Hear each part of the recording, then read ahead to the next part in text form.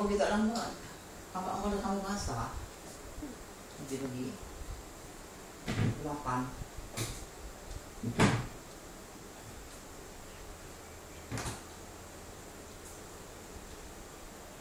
Kenapa lah adik ni lah,